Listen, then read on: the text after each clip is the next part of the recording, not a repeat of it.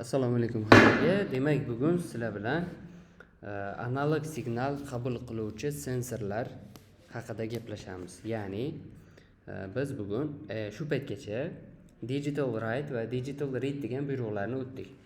Digital write va digital read buyruqlari raqamli signal qabul qilish va raqamli signal yuborish vazifasini bajargan. Bugun o'tadigan mavzuyimiz esa analog write yoki analog read. O'sha ikkita buyruqni ko'rib chiqishimiz kerak.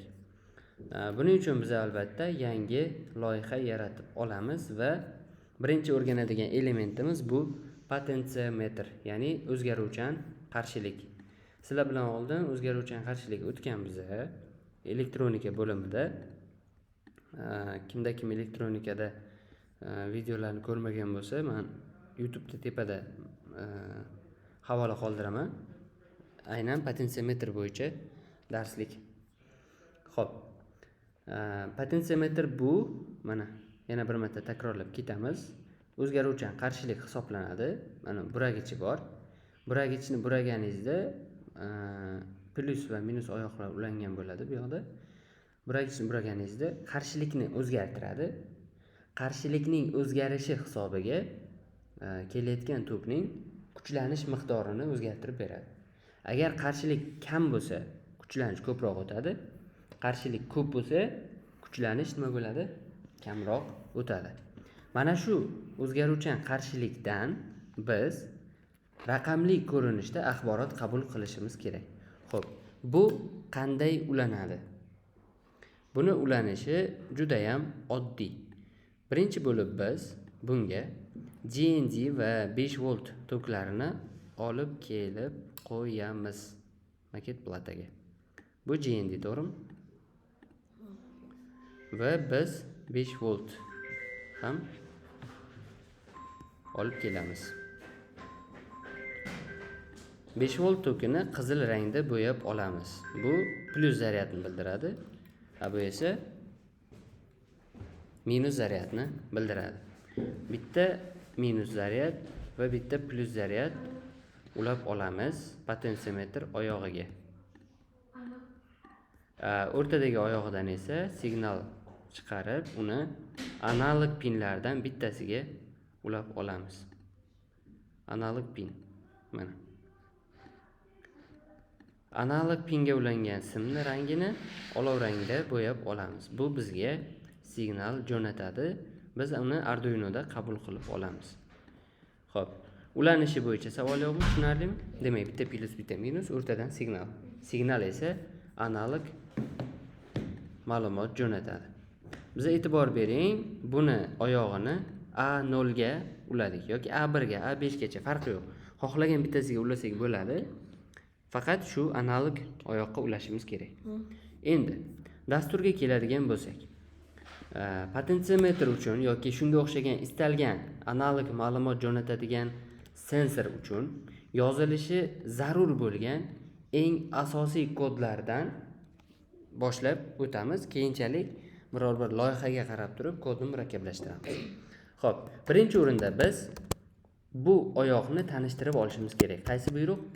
Pin mod yordamida. Pin mod yordamida biz aytamiz A0 input. Nega input? Chunki u bizga ma'lumot jo'natadi, to'g'rimi? Undan kelayotgan xabarni eslab qolish uchun bitta o'zgaruvchi yaratish kerak. Int desak bo'ladi, chunki raqam jo'natadi baribir bizga. Uning qiymati, nomi deylik, holat desak bo'ladimi? Buni ham hozircha 0. Boshlang'ich qiymati 0. Biz uni serial oynasida ko'rishimiz kerakmi? Kerak. Serial.begin yordamida biz serial oynasini ishga tushirib olamiz va biz holat nomli o'zgaruvchining qiymatini yangilaymiz. Analog digital emas, bu safar analog read buyrug'i bilan A0 pinini ko'rsatamiz. Va shunchaki serial.println holat. Mana shu kodni olib Tinkercadda bu kodlar o'rniga joylashtirsak nima bo'ldi? Faqat digital read o'rniga analog read bo'ldi. Ulanishi knopka emas, potentsiometr, signal o'rta oyoqqa, bittasiga plus, bittasiga minus. Ishga tushirsak va bu yerdan serial monitori mana ko'rsak, bu bizga necha jo'natyapti? 0 jo'natyapti. Biz buragichni burasak, sonlar o'zgarib, oxirigacha borganimizda 1023, o'rtaga qo'yganimizda 532 yoki o'rtaga ham bo'lmadi mana. 511 400 mana 400 1023 bu yoqda kamayib ketaveradi. Buraganimiz sari o'zgaradi. Bu endi Tinkercaddagi versiyasi. Keling shu dasturni haqiqiy Arduinoda ishlatib ko'ramiz. Buning uchun bitta potentsiometr bering menga. Potentsiometr. Tez. Olib kelganmisiz? Olib kelmaganmisan? Olib kelmaganmisan? Sardor bormi?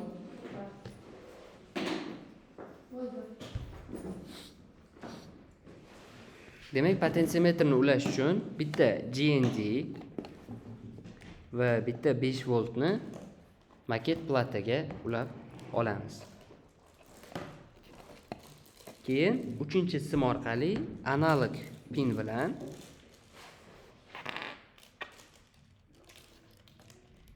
bitta oyog'iga, demak, GND, bitta oyog'iga 5 volt, o'rtadagi oyoqdan nima o'ylaymiz? Signal sifatida qaysi oyoqqa? Analog pinlarning bittasiga. Misol uchun A0 ga. Bizning dasturimizda A0 kiritilgan, shuning uchun A0 ga ulaymiz. Va bu dasturni yuklash uchun Arduino platasini Uno deb ko'rsatib olamiz. Portni esa mana ulangan portni ko'rsatib, zagruzkani bosamiz. Bu demak analog input dasturi yuklanadi. Agar yuklansa done uploading degan yozuv chiqadi.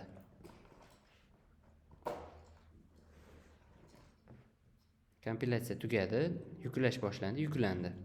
Va qarasak 375 kelyapti bizga. Potentsiometr buraman. Mana, buraganim sari sonlar o'zgarib boradi. Ko'ryapsizmi? Oxirigacha burab qo'ydim, mana 1023 keldi. Bu yoqqa oxirigacha burab qo'yaman, 0 keladi. Potentsiometr bizga analog ma'lumot jo'natadi. Analog ma'lumot deganda aynan shu narsani tushunamiz. Ya'ni 0 dan 1023 gacha. Endi bizda yana analog ma'lumot uzatish bor. Analog ma'lumot uzatish bu analog read emas, aksincha analog write. Biz keling bitta LED ulaymizda. LED. LEDimizga minus zaryad va signal ulab olamiz. Signal ulaganimizda e'tibor bering, analog pinlarga emas, digital pinlarning mamnaqa to'lqincha belgisi bor mana. Ko'ryapsizmi? Mana shu belgisi bor pinga ulaymiz. Mana shu belgisi bo'lishi shart. Bu belgi PWM ni bildiradi mana. PWM deb yozgan-ku. PWM ni bildiradi. Buni ma'nosi pulse width modulation. Ya'ni 0 dan 255 gacha qiymat bersangiz, yorug'lik miqdorini nima qilsak bo'ladi? Nazorat qilishimiz mumkin. Minus zaryadni to'g'ridan to'g'ri GND ga ulaymiz. Keling, minus qator GND ga. Shumidi? Plus qator esa 5-pin. 5 mi shu? 5 plus zaryad. Endi keling biz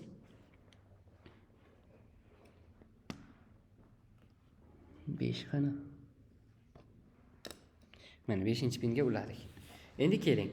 Biz bunga analog ma'lumot jo'natishimiz uchun analog write buyrug'idan foydalanamiz, to'g'rimi? Xo'p. Analog write ni aytishimizdan oldin biz pinni tanishtirishimiz kerak. Pin mod 5-pin output. Bu jihatdan farqi yo'q. Digitaldan farqi yo'q. Faqat bu yerda farq qiladi. E'tibor bering. Analog write biz bermoqchi bo'lgan pin, bu 5-pin, to'g'rimi? Biz bermoqchi bo'lgan qiymat esa holat bo'lishi kerak aslida, lekin holat 0 dan 1023 gacha beradi. Bizga 0 dan 255 gacha qiymat berishimiz kerak. Demak, balansni to'g'rilash uchun biz maksimal qiymatga bo'lamiz. Ya'ni 1023 ni bo'lamiz 255 ga. Shunda 4 chiqadi. Ya'ni biz endi berayotgan qiymatimizni 4 ga bo'lib berishimiz kerak. O'shanda maksimal qiymat 255 bo'ladi. Tushunarli? Ya'ni potentsiometr jo'natayotgan xabar 4 ga bo'linsa, eng yuqori qiymati 1023 emasda 255 bo'ladi. Tushunarli? O'shanga qarab, demak, yorug'lik miqdori o'zgarishi kerak. Bu yerda uzr, adashtiribman. Qavs yopiladi, nuqtali virgul qo'yiladi va dastur yuboriladi. Xo'p, bizda ko'ryapsizmi? Yorug'lik kuyishi ham mumkin. Kuydirmaslik uchun sekin orqaga qaytamiz o'zimiz. Kuyib qolmasligi uchun bu yoqqa rezistor qo'yishimiz kerak. Xo'p, endi buni Tinkercadda ko'ramiz. Xo'p, hamma kodni belgilab, copy qilib, Tinkercadga o'tib, mana joylashtiramiz va ishlatib ko'ramiz. Xo'p, maksimal qiymatni, demak, maksimal yonyapti. Biz buni kamaytirsak, ledning yorug'lik miqdori mana pasayapti. Ko'ryapsizmi? Biz buni farqini bilishimiz uchun keling bu yoqqa rezistor qo'yib ko'ramiz. Minus zaryaddan 0.1 qarshilikka ega rezistor bilan ishga tushiramiz. E'tibor bering, yorug'lik sekin buraganimiz sari oshib boryapti. Ko'rdingizmi? Demak, bizda ham analog read bor, ham analog write bor. Ko'rdingizmi? Xo'p. Endi faqatgina xuddi shu ko'rinishda buyruq berilmaydi. Ya'ni biz bu yerda o'zimiz xohlagan dasturni yozishimiz mumkin. 5-pinga ulangan LED aynan analog write bilan buyruq berish shart emas. Bunga digital write bilan ham buyruq bersangiz bo'ladi. Masalan, biz aytishimiz mumkin. Agar if holatning qiymati, ya'ni holat degan o'zgaruvchi 0 dan 1023 gacha teng yarmi necha bo'ladi? 512 mi? 512, 513 bo'lishi mumkin. Biz aytishimiz mumkin. Agar holat kichik bo'lsa 500 dan, to'g'rimi? 500 dan kichik bo'lsa, biz aytishimiz mumkin digital write nega katta harf? Digital write demak 5-pinni low qil deyishimiz mumkin, o'chir deyishimiz mumkin. Aytishimiz mumkin else aks holda gulli qavs ochib yopamiz. Buni ichiga aytamizki digital write 5 ni yo'q deyishimiz mumkin. Shunda mana shu kodni olib Tinkercadga joylab ko'ramiz. Demak, va ishlatib ko'ramiz. Qiymat bizda ko'rinib turibdi. Serial oynasida 491. Agar u 500 dan oshsa, LED yonadi. 500 dan kamaysa, LED o'chadi. Oshsa yonadi, kamaysa o'chadi. Buni potentsiometrda to'g'ri, sal effektni uncha bilinmasligi mumkin. Ya'ni nimaga kerak bu o'zi deyishingiz mumkin. Lekin biz potentsiometr o'rniga mana qarang, buraganimizda qanchadir burasak yonadi, qanchadir burasak o'chadi. Bugun siz bilan potentsiometrga o'xshab ishlaydigan, ya'ni bizga 0 dan 1023 gacha xabar yuboradigan, lekin u bizni burashimizga qarab emas, yorug'likka qarab o'zgaradigan sensorni tushuntiraman. Bu sensorning nomi fotorezistor. Mana. Fotorezistor. Fotorezistor qurilmasi bu potensiometrdan farq qiladigan qurilma. Ya'ni biz hozir potensiometr pinlarini mana fotorezistorga olib kelamiz. Fotorezistorning ulanishi esa xuddi nimaga o'xshaydi? Knopkamiz qani? Knopkamiz bor edi-ku, esingizdan? Knopkamizga o'xshaydi mana. Minus zaryadni через rezistor o'tkazamiz. 0.1 rezistor bilan и minusni chiqarib, aynan signal ulangan oyoqqa beramiz. Xuddi knopkaga o'xshab ulanadi. Tushunyapsizmi? Ikkinchi oyoqga to'g'ridan to'g'ri mana u 5 voltni beramiz. Knopka qanaqa ulansa xuddi shunaqa ulanadi. Knopkada ikkita oyoq bormidi? Ha. Knopkani bitta oyog'iga 5 voltni o'zi ulanarmidi? Ha.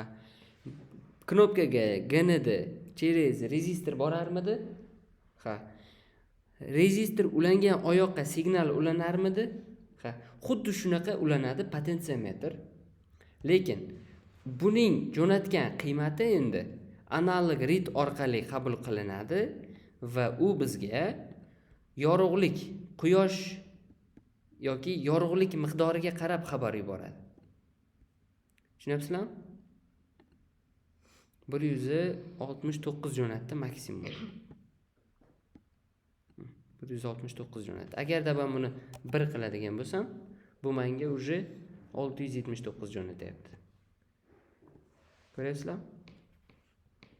Mana bu jo'natayotgan xabarga qarab turib, agar bu 500 dan yuqori jo'natsa, demak led yonadi, kam bo'lsa led o'chadi. Xo'p, ana endi biz buni fotorezistorga almashtiramiz. Fotorezistor esa kelinglar bu yog'ini videoni to'xtatib, sizlarga amaliyotda ko'rsatib beraman, chunki ekranda baribir ko'rinmaydi. YouTube'da kuzatayotganlar uchun esa o'zingiz fotorezistor olib, xuddi shunaqa ulab, xuddi shunday, demak, dastur yozib, o'zingiz ishlatib ko'rishingizni maslahat beramiz. Sog' bo'ling.